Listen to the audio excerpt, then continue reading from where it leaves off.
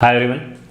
Now this is a particular question on the compound interest. I hope everyone knows the general method that amount is equal to principal plus 1 upon rate by 100 to the power t, right? But अगर मैं thrice कर दूँ number भी इतने अच्छे नहीं है, it will take some time even with the calculator, right? So कभी भी अगर calculation दिखे guys, try to use this particular method. It becomes very handy. That is digit sum. What is the digit sum? Adding digits repeatedly till you get a single digit number. If I say here 2 3 4 2 2 plus 3 5 5 plus 4 9 9 plus 2 11 11 का फिर से 1 और 1 add करो, that is 2, so the digit sum will be 2. A simpler way to go about the digit sum अगर numbers बड़े हो, maximum digit sum is 9 because 9 के बाद 10 आ जाता है, 10 का digit sum फिर से 1, cancel out 9. So if I can see here 4 and 3 7 and this 2 9 cancels out, what remains is 2. ठीक है, so digit sum would be 2 in this case. A very simple thing. Here you can see 9 cancels out, 8 and 1 cancels out, 7 and 2 cancels out, 6 3 5 4 all cancels out. That means digit sum has to be 9. Now what's the use of this? कभी भी अगर लंबे चौड़े calculations है, rapid checking of calculation, this method is very much useful. ठीक है, now you must be knowing in this particular question a simple thing. If I say this is 18% but I'm just taking an example, 20% increase, कहीं पे भी अगर 20% increase हो, what we need to do basically we multiply it by 1.2, right? अगर मैं बोलूँ कहीं पे 10% increase हो, what we do, we multiply it with 1.1 because it's 110%, 110 by 100 it would be 1.1. If I say 10% decrease, I'll multiply it with 0.9 because अभी 90% हो गया. So that is a simple thing. Now look at this particular question. Principal is asking 18% increase is 1.18 दो बार because he is asking 2 years and the amount he will be getting is 6962. Just go for the digit sum. We'll try to use this. What is the digit sum of it? Just ignore the points. 8 and 1 gone, remains is 1. 8 and 1 9 gone, remaining is 1. So basically principal into 1, and what is the digit sum over here? 9 gone, 6 and a 6 12, 12 and 2 14, 14 का digit sum is 5. So finally my expression boils down to p into 1 equal to 5. Now to get LHS equal to RHS, what should be principal का digit sum? Principal का digit sum has to be 5, right? तो मेरा answer वही होगा जिसका digit sum 5 आएगा.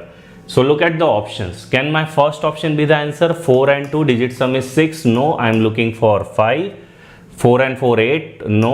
4 and 5 9. No. Last has to be the correct answer. Okay, so I hope this is clear. A very easy and a very beautiful thing. If I just take one more question. Video में आगे बढ़ने से पहले guys, अगर आप भी MBA CET examination के लिए प्रिपेयर कर रहे हो एंड अपने प्रिपरेशन को और भी अच्छा करना चाहते हो, तो गाइज आप ज्वाइन कर सकते हो हमारा MBA CET का 10 डेज का वर्कशॉप, जिसमें गाइज आपको मेनली ट्रिक्स एंड शॉर्टकट्स जो है वो पढ़ाए जाएंगे ताकि कम टाइम में आपके जो आंसर्स है वो निकल जाए. एंड आपको भी बताया गाइज कि MBA CET में टाइम मैनेजमेंट जो है वो कितना इंपॉर्टेंट है.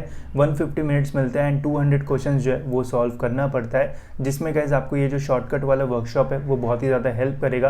एंड आपको ऐसे कंसेप्ट सिखाए जाएंगे इसमें गाइज जिससे आपके ओवरऑल जो आंसर्स है वो बहुत ही कम टाइम में जो है वो निकलेंगे. एंड लास्ट ईयर भी गाइज हमने ये जो वर्कशॉप है वो रखा था, जिसका ओवरऑल जो रिस्पॉन्स है वो बहुत ही अच्छा था. तो इस साल भी गाइज हमने ये जो वर्कशॉप है वो लॉन्च किया है, जिसे ज्वाइन करके गाइज आप अपना जो प्रिपरेशन है वो और भी अच्छी तरीके से जो है वो कर सकते हो. तो इसकी जो लिंक है वो आपको मिल जाएगी डिस्क्रिप्शन में.